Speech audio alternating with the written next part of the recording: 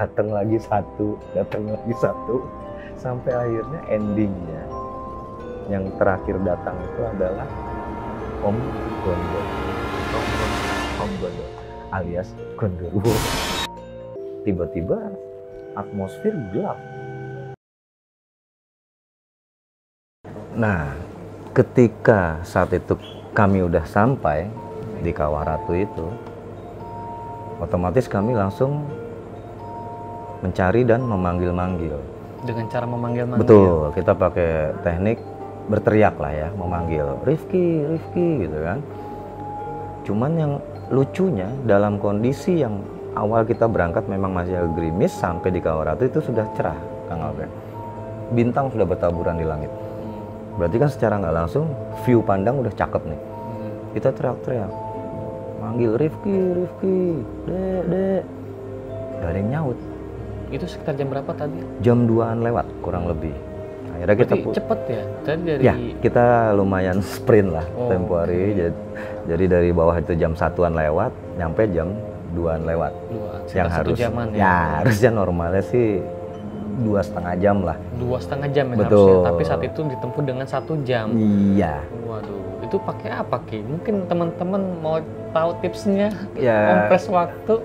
Karena tempo hari emang di era itu belum adanya kayak sekarang Gojek atau Grab lah ya. Kita tempuh dengan apa ya istilahnya, ilmu yakin. Ilmu yakin. Secara dengan ilmu yakin akhirnya tidak ada rasa. Gitu bisa dibilang ya, kita sedikit matikan rasa deh. Mau capek, mau basah, mau apa, fokus hanya satu, segera sampai di Kawah Ratu, karena pemberitaan terakhirnya adalah di Kawah Ratu itu tadi. Gitu. Sampailah kita. Udah explore, adalah sungai juga itu di area Kawah Ratu itu.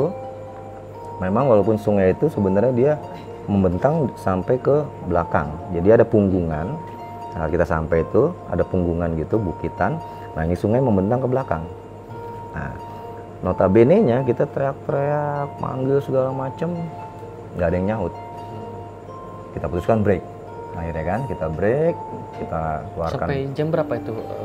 Itu kurang lebih kita bernaung sambil exploring dan mencari itu hampir 1,5 jam. Berarti sampai jam 3:30 mungkin itu ya? Kurang lebih ya, jam 3 lewatan lah. Jam 3, setengah 4 deh kurang lebih ya. Udah, sambil udah kita break sejenak juga, ngopi, hangatkan badan lah sejenak. Nggak ketemu nih akhirnya, ya nggak ada sautan ya, nggak ada panggilan respon kan. Diputuskanlah dari tim ranger dan pihak kehutanan bahwasanya kita balik kanan dulu aja. Maksudnya kita turun, kembali ke base camp? Ya, kita turun dulu, kembali ke base camp Akang Warung untuk nantinya itu pagi setelah adanya sinar lah, cahaya udah terang, kita diskusikan lagi dan kita kembali pencarian lagi. Walaupun dengan berat hati ya sebenarnya, mengingat kondisi di SMS terakhir, basah kuyup, perut kosong, alas kaki putus, gitu kan, kaki kesleo, ini udah bergejolak. Karena apa? Satu sisi gejala yang paling memungkinkan untuk sekedar ini juga ya ke teman-teman, kalau ibaratnya di ketinggian atau di gunung, ada satu titik momen itu yang paling membahayakan yang dinamakan mountain sickness. Apa itu Ki? Mountain sickness itu bisa kita jabarkan sebagai ibaratnya penyakit gunung, atau sama dengannya lugasnya adalah penyakit di ketinggian yang diakibatkan dari dampak efek hawa dingin. Satu hawa dingin. Bukan hipotermia, apa tadi? Hipotermia. Betul. Itu mountain sickness, istilahnya secara cakupan globalnya. Kategori ini emang ada hipotermi, ada juga kayak penurunan psikologis, ada. Nah, ini kita nyebutnya waktu itu ini mountain sickness, atau ya memang si ranger nyeletuk. Akankah ada kemungkinan atau chance-nya ini hipotermia kok? Karena kan yang tadi kita baca semua SMS-nya badan basah, dan mereka tidak bawa ganti nih, bahasanya gitu ya. Dan perut kosong. Ya, perut kosong, kondisi pun ya, ada yang kesleo, walaupun kita udah bawa lah ya ini ya, logistik sekedar ya. Ya, kita putuskan, tapi mau gimana, berat hati, itu sudah tidak memungkinkan. Tuh, karena ya kita, walaupun saya pribadi dari tahun 92-93 itu udah sering main di situ, cuman ya kita pemahamannya lebih kita serahkan kepada yang hari-harinya di situ ya, ranger dan pihak kehutanan. Tuh, saya pun udah jarang impact saat itu ke Salak. Udah kita turun dengan berat hati ini. Turun kembali, sampailah kita di warung lagi itu sekitar subuh lah. Kurang lebih, enggak sih, enggak nyampe lah. Malah lebih cepet, 45 menit deh kalau nggak salah. Karena kan turun ya. Jadi kita bukan sprint lagi, lari. Emang lari. Dan cuaca udah nggak memungkinkan, hawa dingin juga udah mulai jauh lebih menusuk. Kabut mulai turun, walaupun kita full equip, cuman ya inilah yang dinamakan safety prosedur ya. Jadi memang jangan lampaui batas ambang dari badan kita juga. Nah, sampailah kita ke base camp lagi kan. Dilalahnya atau apa ya, kebetulannya baru kami sampai warung, duduk ya, baru menghela nafas lah ya. Santai sejenak, masuk SMS lagi kamu dari Rifki yang notabene kita semua paham Salak itu zonanya sinyal itu aura-aura, dapat itu berarti udah hoki banget deh lo gitu. Masuk lagi, Mas tolong, kami sudah tidak sanggup. Apa coba menurut Kang Albert kalau diposisikan seperti itu, dengan udah berat hati ya kita kan, di nuansa yang sudah memang gelap, dingin, basah, perut kosong, kita dapat berita seperti itu lagi. Tapi mau bagaimana, kita sudah nyampe di bawah ini kan, udah di pedesaan, udah di desa, udah di base camp. Kang, ada ini masuk, saya bilang ke teman-teman ranger kan, waduh, kenapa nggak dari tadi ya Om? Kita masih paling nggak, kita lagi turun lah, masuk SMS ya, tapi kita paham, ini Salak gitu kan. Uniknya Gunung Salak ya seperti itu. Gimana dong nih, saya bilang kan. Ya udah nggak apa-apa, udah kita pending, kita berdoa sekarang, kita pending, kita pun juga manusia, kita perlu yang namanya breakdown. Kita nggak bisa, kita tim rescue, nantinya akhirnya di rescue juga kan nggak lucu gitu kan istilahnya. Dah, pasrah lah kita, lillahi ta'ala, kita doa, kita istirahat, ya kita kembalikan stamina lagi, masuklah pagi, terang. Nah, pagi hari, terang itu akhirnya dari kesepakatan kita bersama juga, kita tentukan bahwasanya kita bagi menjadi 2 tim. Yang malamnya sebelumnya 1 tim, 8 orang di 1 jalur. Ini kita break, kita pecah, 2 tim, 4 orang, 4 orang. Yang satu dari jalur yang tadi malam, jalur pendakian umum resmi, yang satu lagi yang 4 orang ini, seperti yang dikatakan adik kita Rifki ini, saya mau lewat sana, jalur yang notabene itu disebutnya adalah Curug Seribu. Nah, Curug Seribu selama sepengetahuan saya dan saya tanya ke mereka, akang-akang ranger ini, itu sudah amat sangat jarang atau tidak pernah dilalui oleh pendaki sekalipun. Hanyalah warga desa mencari kayu gitu ya. Jadi sudah tertutup jalurnya. Saya pribadi paham dulu, emang sering lewat situ. Cuman begitu tahu itu, oh gitu ya, nggak lucu nih, tambah nggak lucu itu kan beritanya. Jalur tertutup. Dah, akhirnya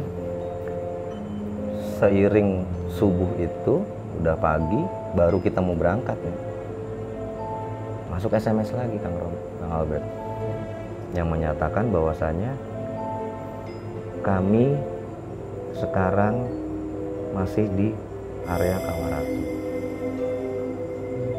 Saya balas buru-buru dong, takut hilang sinyal lagi kan. Oke, kamu bertiga diam saja di situ atau cari jalur menuju yang disebut ada itu namanya Kawah Mati. Jadi sebelum kita mencapai Kawaratu itu trek ada Kawah Mati baru Kawaratu. Nah, di situ ada kayak plakat in memorial ya. abang-abang senior kita terdahulu, Supriyadi dan kawan-kawan yang dulu meninggal di situ, jatuh dari tebing, dibikinkan itulah plakat memorial. Nah, jadi dalam pengakuan kisah si Rifki ini juga, saat ibaratnya ini kalau kita speed bahwasanya sudah berjumpa, dia sempat menceritakan juga setelah udah selesai lah ya ibaratnya, di momen itu, malam itu mereka tersasar atau sore Itu berarti tim rescue udah sempat bertemu sekarang ini? di pagi hari itu kita sudah mendapat berita itu bahwasanya mereka masih di posisi Kawaratu. Walaupun kita agak bingung, tadi malam kita di situ, kita teriak-teriak, kan kita nggak nanya panjang lebar, kok nggak denger atau gimana, nggak gitu kan. Udah dah bagi pecah dua. Kemungkinannya mereka tetap lewat jalur utama atau tetap akan melipir ke jalur Curug Seribu tadi. Jadi makanya kita pecah nih tim, jalan. Nggak lama kita baru ya sejam lah, jalan santai lah kita itu, jalan santai sejam, dikontak dari tim 1 yang jalur utama. Oke, HT sudah ketemu. Jadi tim pertama sudah tiba duluan di Kawaratu. Kami kan dari melipir yang Curug Seribu memang muter. Kami baru di ya, setengah perjalanan lebih lah baru mau sampai. Di kontak kita. Sudah ketemu. Om tenang saja katanya. Sudah ketemu dengan Sudah mereka? ketemu dengan mereka bertiga itu. Akhirnya kita nggak panjang lebar, yang dari tim kedua ini nanya. Saya sempat mau ngomong, gimana kondisinya gitu kan. Udah bang tenang katanya. Udah ketemu. Tadi mana bang? Ransel abang yang isinya logistik. Udah ini dibawalah oleh salah satu ranger dari jalur yang kedua. Dia sprint duluan untuk menyampaikan logistik segala macam ini. Kita santai. Memang udah tenang om katanya. Intinya sudah apa ya, di cover lah oleh ranger kita yang di sana. Sampailah akhirnya kami yang tim kedua ini, bener, alhamdulillah ya, ada mereka bertiga ini dengan kondisi yang udah gembel, udah nggak karuan pokoknya. Bener memang kaki bengkak, baju sudah basah kuyup nggak karuan, mata lusuh, dan yang paling uniknya tampilan dari raut muka mereka bertiga, Kang Albert. Kenapa itu? Kosong. Gitu. Saya beranikan lah, akhirnya ketemu, baru mau saya omelin nih rencananya kan. Malu-maluin aja gitu kan istilahnya. Udah kemana aja. Dia sudah cium tangan, minta maaf, nangis segala macam, dah duduk sambil kita kasihkan logistik makanan ini. Saya pertanyakan, ini gimana ceritanya sih? Kamu udah kemana aja kan? Kenapa kok di sini yang ini ketinggian nggak seberapa? Oke lah, kecil-kecil cabai rawit. Kamu ngapain? Berbuat apa? Kok bisa sampai kayak begini? Apa yang terjadi sih? Dan ini nggak bawa apa-apa. Saya bilang kan nekat. Emang mau ngecamp? Enggak mas. Emang kita mau tektok. Terus apa yang saya kemarin dapat berita dari Akang Warung, katanya kamu lewat jalur sana. Emang kamu paham jalur Curug Seribu? Saya bilang. Ya pernah dengar, luar biasa. Inilah di sini pembelajarannya. Pernah tahu, berarti paling tidak mencerminkan satu kode etik yang seharusnya diredam dalam setiap pendakian lah ya. Nilai apa? Sombong. Bahwasanya mereka sok tahu. Mereka paham itu jalur masih terbuka. Cuman secara input informasinya nggak ada. Saya aja sudah nalar nanya, emang nggak pernah dilewatin. Nah, ceritalah Rifki ini, kok bisa kenapa jadi begini, gitu kan? Dia bilang, awalnya kami udah mau turun mas, di pukul 5:30 sore. Jadi rombongan 8 orang itu ternyata jam 4 udah turun. Mereka masih bersantai-santai di situ. Ya gampang, nanti kita lewat sana, duluan aja. Nah, ternyata 5:30 turun. Dan benar-benar memang dibuktikan lewat jalur yang sudah tidak pernah atau jarang dilewati ini. Walhasil baru jalan berapa langkah, kata si Rifki, kabut. Sedangkan penerangan yang seperti Kang Abed bilang, benar-benar nggak ada prepare ya, nggak ada. hanya mengandalkan apa? Handphone. Dan handphone di era itu belum yang ada center. Flashlightnya itu belum ada. Jadi penerangannya dari layar, nyalain layar, gitu. Turun kabut, ditambah apa? Ditiban lagi gerimis. Jadi pengakuan mereka, penyebab mereka tersasar itu apa itu? Nah itu, Rifki cerita. Jadi saat malam tim pertama kali kami yang 8 orang di jalur yang pertama ini tiba di Kawaratu itu pukul 2 malam lebih dikit, itu katanya menurut pengakuan Rifki dan salah satu temennya, mereka sempat sekelebat saat yang tadi saya bilang kita di punggungan nih, sebelum turun, mereka sempat melihat, merinding saya, sekilasan center dari kita. Sempat katanya, oh ada orang. Cuman pada saat mereka diskusi terus nengok lagi, sudah gelap. Dan saat kita cerita pun, kami tadi malam teriak-teriak, kita manggil. Kalian nggak dengar? Enggak mas. Kalian di mana sebenarnya? Memang kita nggak tahu posisinya ya. Dan ternyata mengagetkan yang tadi saya bilang, ini bukitan yang di Kawaratunya nih, mereka di balik bukit. Yang notabene bukitnya cuma setinggi rumah lah. Yang ada alur sungai ke belakang. Jadi kalau tadi malam itu kita susurin sungai, mana kondisi nggak memungkinkan, licin. Ke belakang ketemu sebenarnya. Cuman lucunya kita teriak-teriak. Jedahnya cuman kayak dibatasin apa ya? Satu rumah. Kang Albert seumpama teriak dari rumah yang sebelah sana. Saya berada di rumah yang sebelah sananya nih. Pasti kedengeran kan? Nggak terlalu jauh sebetulnya. Nggak terlalu jauh. Harusnya kedengeran. Dan itu kan menggaung. Bener-bener area itu kebuka. Ngablak. Masa nggak ke bawah suaranya? Kan gitu. Nggak kedengeran kata mereka. Emang mas berapa lama di area Kawaratu? Bisa dibilang hampir sejam lebih. Kita sempat bikin kopi, saya bilang. Dan terakhir kita habis packing mau turun, kita masih teriak. Kita masih panggil-panggil. Pengakuan mereka memang sempat melihat sekelebatan sinar yang mereka paham itu bukan yang hal-hal aneh ya. Itu center, mereka tahu. Tapi setelah sekali lihat itu, udah. Katanya tiba-tiba atmosfer gelap. Oh, kok bisa? Saya bilang, cerah. Saya tadi bilang, cerah. Nyampe itu cerah, bintang banyak. Nggak mungkin, saya bilang. Orang kami nyampe Kawaratu itu sudah bintang bertaburan. Kalian bilang gelap. Gelap, mas. Nggak ada bintang, mas. Mendung. Mendung. Cerah, saya bilang.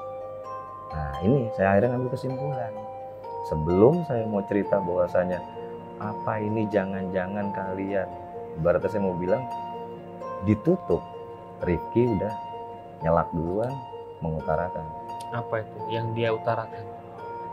Ya mas, Mas Daru mau bilang bahwasanya kita ditutup ya katanya. Memang betul, merinding gua. Jadi di mana kami bernaung saat itu, yang mereka bilang gerimis. Di zona kami cerah, cuman dibatasi punggungan. Kami di sini, dia di sini. Di sini katanya gerimis, di kita cerah. Kan nggak masuk logika. Kami yang nyari shelter, dapatlah kayak tebingan dikit, atapan lah. Kami berkumpul di situ bertiga. Gerimis katanya. Itu kami sudah tidak bisa melihat apa-apa mas. Saya berusaha mencari jalur sendiri, temennya ditinggal, dia pakai layar handphone. Belok kiri buntu, belok kanan buntu, lurus buntu. Akhirnya dia putuskan balik kanan ke awal, kembali gabung lagi bertiga. Kok bisa? Saya bilang, emang terus apa yang terjadi? Ya gitu katanya. Ternyata di mana malam itu kami bernaung mencari shelter, itu adalah tempat berkumpulnya yang notabene goib-goib penghuni Gunung Salak dari segala jenis. Berawal Rifki nggak takut. Oke, adalah akhirnya kata penampakan. Yang pertama kata nenek-nenek, rambutnya putih, baju putih di atas batu. Saya masih nggak gimana-gimana Mas. Bodoh. Lama-lama tambah banyak kan. Datang lagi satu, sampai akhirnya endingnya yang terakhir datang itu adalah Om Gondo alias Gondoruo. Terakhir penampakan itulah akhirnya mereka berpelukan semua bertiga, dikarenakan ada mitos lagi. Kemana naik gunung ganjil, satu pasti diambil, satu pasti dibawa. Wah, udah pegangan erat, ketiduran akhirnya. Ketemulah pagi tadi itu, ya kan? Nah, saat ketemu pagi itu dan masuknya SMS di kala yang menjelang subuh ini. Gitu. Jadi pengalaman mereka itu ternyata malam itu dikarenakan, ya Rifki mengakui, saya sadar masuk, dikarenakan omongan saya yang memang mungkin nggak seberapa ya secara gitu kan. Saya bilang saya mau lewat jalur sana, yang disampaikan oleh rombongan 8 orang itu, dia menyadari saya sombong ya Mas. Notabene-nya saya juga udah lama nggak kesini, hanya sekali 2 kali, dan saya ternyata belum pernah lewat jalur yang disebutnya jalur Jeruk Seribu. Gitu Kang Albert. Ya, berarti kesimpulan dari kisah misteri ini bahwa mereka itu disesatkan oleh goib di sana diakibatkan oleh kesombongan mereka. Betul. Ya? Kesombongan yang akhirnya istilahnya itu memicu para goib di sana karena dikesankannya kesombongan manusia. Betul. Gitu. Berarti ada 2 hal ya teman-teman, ada 2 hal yang bisa kita tarik kesimpulannya, yaitu ketika kita naik gunung itu harus diperhatikan 2 hal tersebut. Betul. Pertama itu mengenai equipment tentunya gitu. Betul. Ya. Kedua mengenai tata atau etika gitu ya. Santun ya. Ya, 2 hal tersebut teman-teman. Ya, pertama equipment juga kita jangan kayak apa itu modelnya ini. Iya, apa ya kalau bahasa selon mungkin. Ya, bahasa sekarang selon lah ya. Kalau bahasa kami dulu jangan seruntulan gitu lah. Iya. Jangan seala kadarnya. Betul, jangan nekat lah. Jangan nekat. Jangan betul. nekat. Garis bawah itu teman. Jangan nekat. Betul. Nah, yang kedua itu etika. Ya namanya juga kita tamu gitu ya, Ki. Jadi kita harus seperti apa lah gitu kan yang tidak harus kita lakukan. Contoh ya kita berkata sembrono, kasar, atau yang kira-kira menurut kalian itu nggak benar di tempat itu untuk dikatakan gitu tentunya. Oke, mungkin itu aja kisah sharing dari kita mengenai kisah pendaki yang tersesat oleh goib yang diakibatkan oleh kesembuhan mereka. Jangan lupa like, subscribe, dan share ke teman-teman kalian agar bisa ngambil pelajaran dari kisah ini. Oke, dari saya terima kasih untuk yang menonton. Mungkin ada yang mau disampaikan, Ki? Untuk terakhir ya, pesan moral aja untuk teman-teman pendaki semua. Nggak ada yang bahasanya senior, junior, ataupun pemula atau sudah lawas. Intinya kemanapun kita memijakkan kaki kita di suatu area gunung, sudah pernah ataupun belum pernah atau sudah berkali-kali, itu tetap disebut namanya garis bawahi hal baru yang akan kita temui. Bukan artinya saya udah pernah atau gue udah pernah, gampang ini. Enggak. Setiap momen perjalanan itu merupakan sesuatu pembelajaran dan hal baru yang akan kita temui lagi. Karena memang alam tidak akan bisa diprediksi. Betul. Jadi tetap benar yang Kang Albert tadi bilang, keep safety, equip, dan yang penting santun. Betul. Gitu. Insya Allah dengan kita jaga 3 kode etik itu, teman-teman akan lancar-lancar aja lah. Ya. Insya Allah. Gitu. Oke. Terima kasih Ki waktunya. Sama-sama. Yang udah ilmunya juga buat kita semua, mudah-mudahan bermanfaat ya. Oke, sekian teman-teman. Wassalamualaikum warahmatullahi wabarakatuh.